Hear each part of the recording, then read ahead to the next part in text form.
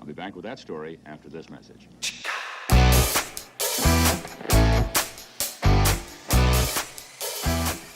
Hey guys, how's it going? It's Mac with WhoopSaaS, episode number 9, the differentiate stage. And this is, of course, following the excavate stage that we spoke about in episode 7.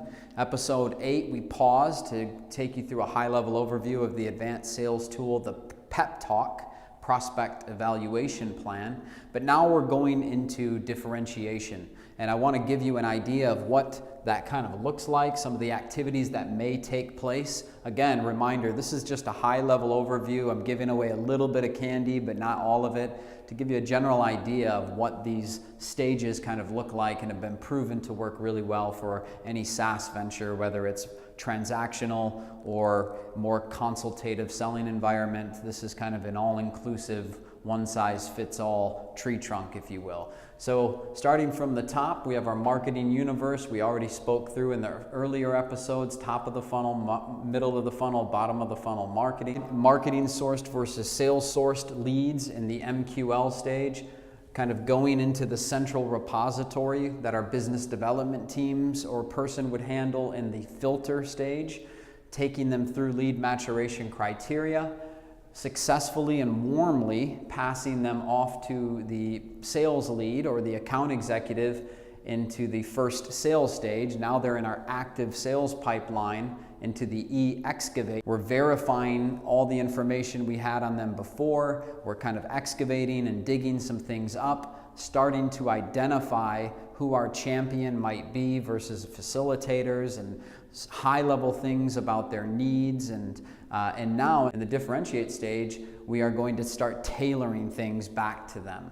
So this is where you probably would do a tailored solution presentation, either to your single champion or to other stakeholders that they may or may not introduce into the mix at this point.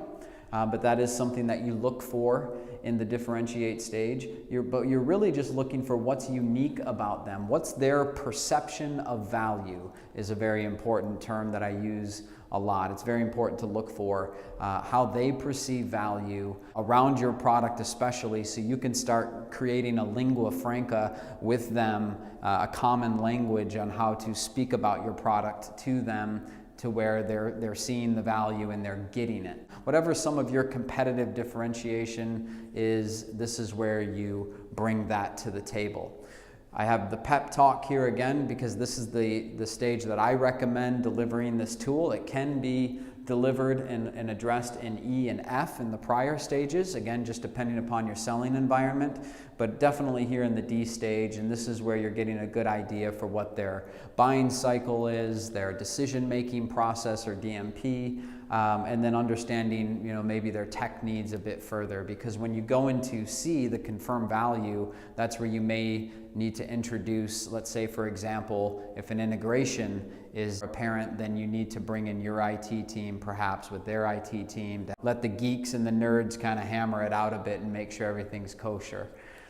And then lastly, stage gates that you're looking for here in D before you graduate it to C are that you've confirmed that you've identified a champion, either for you or for the cause of what your product represents. The Simon Sinek, look for people who believe what you believe about the world, not who have a need for what you have. So that kind of plays into there. And then also that you've delivered a business plan. So you've had some sort of an engagement, an appointment with them, where you started to piece together all the things that you've derived from previous engagements and previous stages around what their needs are, how you've showed them now how you're planning to address them with your solution, your product or service, and then also giving them kind of a nice painted picture of the paths forward into what your customer success experience looks like, life after the formalities. You're starting to piece that together here in the differentiating stage, and it all really comes together now in the confirm value stage, which we'll talk about next in episode number